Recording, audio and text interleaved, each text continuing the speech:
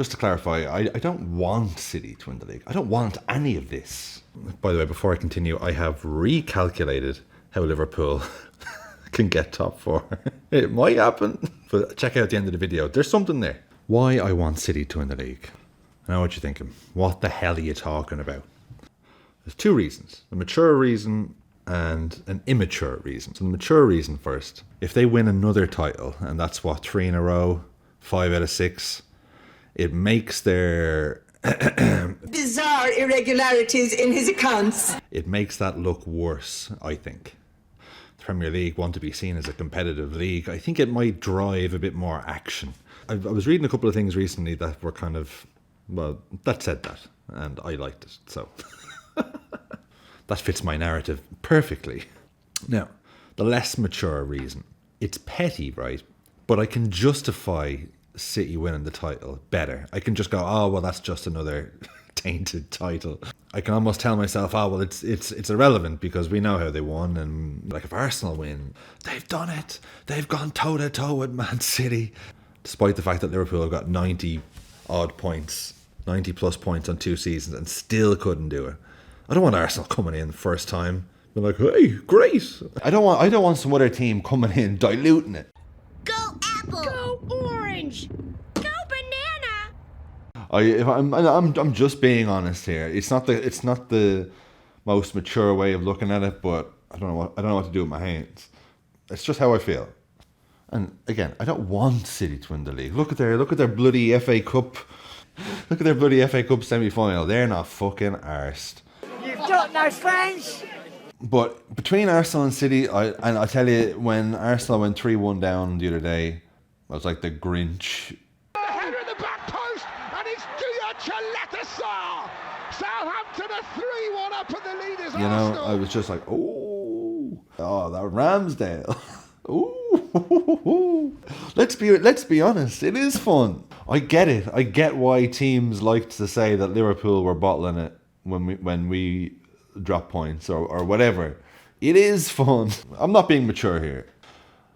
If I have to pick between City and Arsenal, I'm like, right, City, fine. If anything, it just raises Liverpool's league win to even greater stature. Because like, well, look, that was really, City really dominated for that period domestically. I mean, we did pretty good in Europe. They can't hold a candle to that, but I'm being very petty and immature, but that's the reason I don't want Arsenal to win. I know in my heart of hearts that it'll bug me way more. When it comes down to it, I can justify it whatever way I like. It's just gonna bug me more.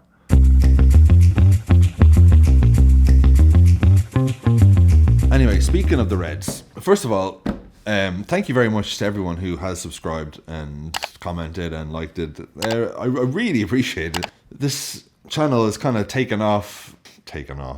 Listen to me. This channel has really sort of grown a little bit faster than I thought. So I'm really appreciative of it. I can't really think of a name. You may have noticed that I've settled on the title of Cop Laughs. It's actually a bit of a play on words. I don't know if you picked up on it, but see, it was going to be called Cop Banter, but I hate the word banter. So Cop Laughs, does that work? Have you got any other ideas? Kind of like a not so serious take on Liverpool? Please let me know. In the comments below if you have any better titles, because I would be very interested. Anyway, on to the Reds. Anfield, Nottingham Forest, 3 p.m. Yes, please, I'll take a handy 3 points there. Flashes of brilliance. We just keep making things hard on ourselves. We just keep making them hard. On the positives, great that Jota is scoring again. It's mad how confidence works. Just like that. It looked like he was never going to score again. Ever. You know, just within the space of a week. Now it looks like he's always going to score. Nearly got a hat-trick. Mad. And that's obviously what's happening to the team as a whole. I'd love to know the science. I'd love to really get into it. Like when confidence comes into play. Like that obviously affects strikers like Jota with goals. It affects people like Van Dijk and Trent and Fabinho, who have all been, you know, let's face it, a shadow of their former selves in certain respects. Your decision making is all over the place because you're second guessing yourself all the time. It's just mad. Anyway, I don't know what I'm talking about. I'm getting into tactical stuff here. I'm getting into an area that I'm not comfortable in. I'd rather just take the piss. So, match ratings. Alisson. I can't fault him too much, to be honest. He's been our best player this year. Both goals were deflected. Beard's looking better than ever. 7. Robbo. Honestly, I think Robertson's one of my favourite Liverpool players at the moment. Like, he never dips below a 7. Like, whatever the game, he never dips below a 7. That's why I love him. I'll give him a 6 today. Van Dijk. It's mad, like, he hasn't shrunk exactly, but he looks smaller to me. He's just not playing great, is he? I feel like I just never see him, you know? He never calls. I give him a 5. Is that harsh? Feels harsh. Ibu. But he's getting shrugged off everything by these monsters on Forest's team. He's getting shrugged off, mugged off. Gave the ball away last week for Leeds' only goal. It's that confidence thing. It's like a toxic. It's filtering through the whole squad. Kanate, I'm giving him a 5 as well. Trent. It's mad really, isn't it, the difference? Sometimes it feels like we're playing with an extra player. I just love the fact that he's on the ball so much. He gave the ball away a few times in this match, but he was on the ball so much that, like, it's bound to happen. He played some unreal passes as well. I just want to keep that going. I'm going to give him a 7. Henderson. I don't like the Hendo hate. I think Carragher made a great point there a while ago where he's just like, he's done his job. He's done his job for Liverpool. The fact that he's being asked to play week in, week out is the club's fault. It's not his fault. He's done his job. So I'm not going to be too harsh on him. Bit shit today though. His shithousery on the sidelines where he wouldn't give the ball back was his standout moment. 6. Crabinho.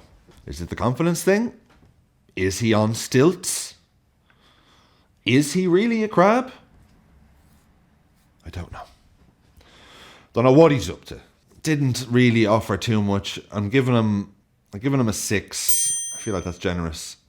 But the 6 included the no yellow card bonus. He didn't get a yellow card, did he? Jones, pretty solid. I'm liking him more and more. It was a bit quiet, I felt. Too much. I didn't like the midfield really, to be honest, in this whole game. I'd give him a 6. I'll give them all a 6. 6, 6, 6.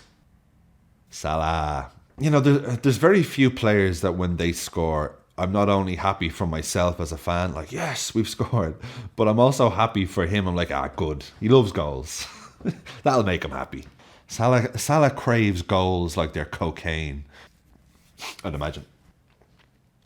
I'd give him a 7. Cody Gakpo. He was okay. Okay. Am I mad? Please tell me why this is an insane idea. Am I mad, or is Cody Gakpo the perfect person to fit into our midfield 3?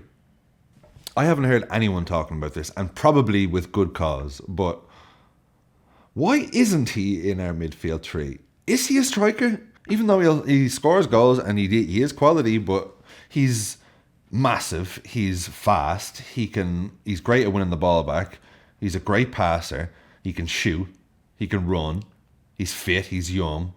Am I crazy? Tell me why that's not a good idea to have Cody Gakpo in for, say, Fabinho.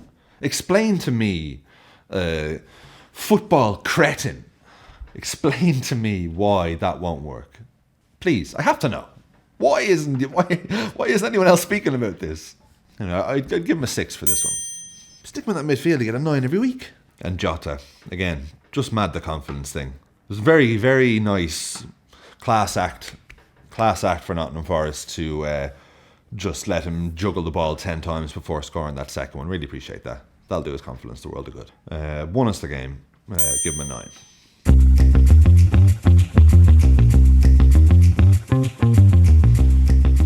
I just want to address something. Last week's video was how Liverpool can get 4th. Now look, it didn't quite pan out.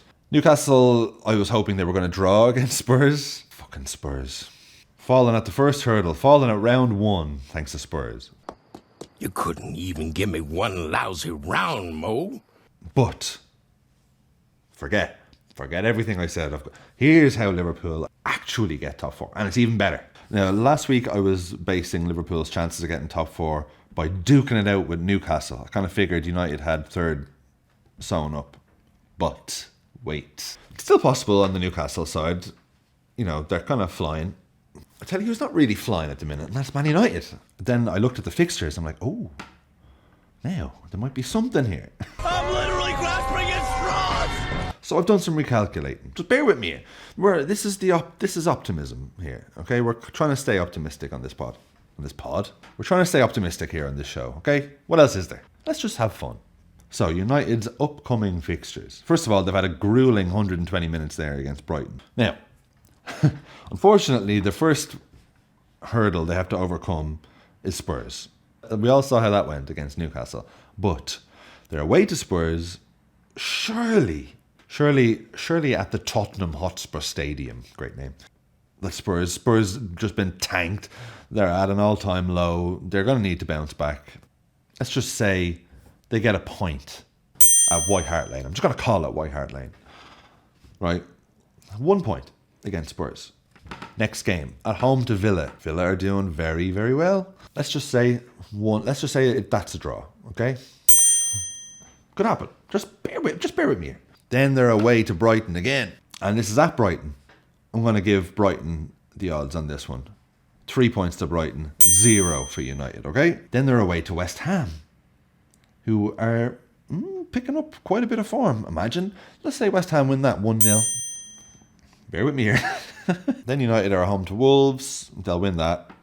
Then they're away to Bournemouth. They'll win that. At home to Chelsea. And look, they'll probably win that. But if they don't, let's say that's a draw. Then last game of the season, they're at home to Fulham, which they'll probably win. If they do that, I've got the numbers here. If they do that, that's 12 points for United. And if Liverpool do what they're supposed to do, if Liverpool, I wish you could see the unedited version of this. I'm such a rambling idiot. If Liverpool do their job like they're supposed to, like we discussed last week, and that happens to United, level on points, and United have a worse goal difference. How much sweeter would that be to pip United for fourth? I mean, look, very unlikely. I'm getting ahead of myself here, and it is very unlikely. But what else have we got to cheer for this year? Let's hope. Until it's not possible, let's just hope. That's all there is. Anyway, look, that's all from me this week. I hope you enjoyed it. If you have any other ideas for titles of what I can call this, but let me know, and let me know why Gakpo in centre mid wouldn't work. Please explain to me, like I'm 5. I would like to know, if you're a Liverpool fan, or even if you're not, who do you want to win the league? I mean, if you're not a fan of either team, you don't want either team to win. I get that, but if you had to pick, who and why? I mean, for sure, people will disagree, but let's just keep it nice, keep it constructive. But what do you think? I'll catch you after the West Ham game. Peace out.